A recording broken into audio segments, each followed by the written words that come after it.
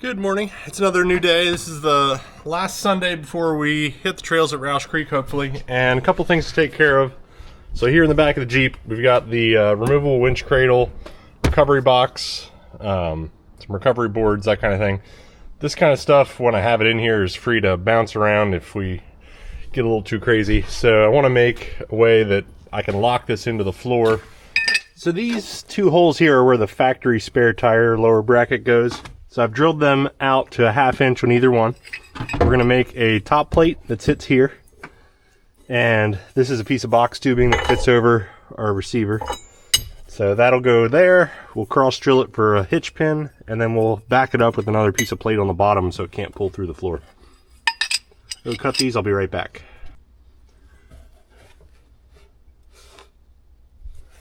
All right, so we got these marked for drilling. So we'll drill out those holes. Top and bottom.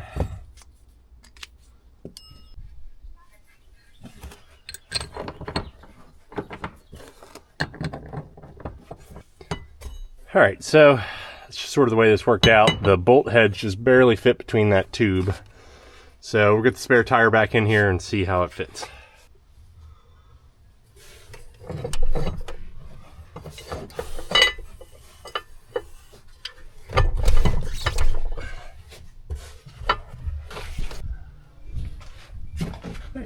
So, you guys can see in here, that's where that'll get welded.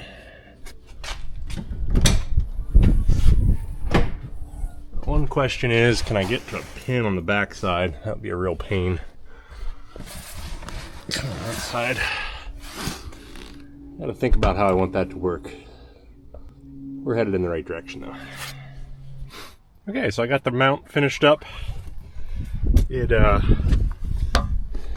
lives in here. Just got it spray painted. If you guys can see that, the lighting's kind of rough. Underneath here, got the backing plate.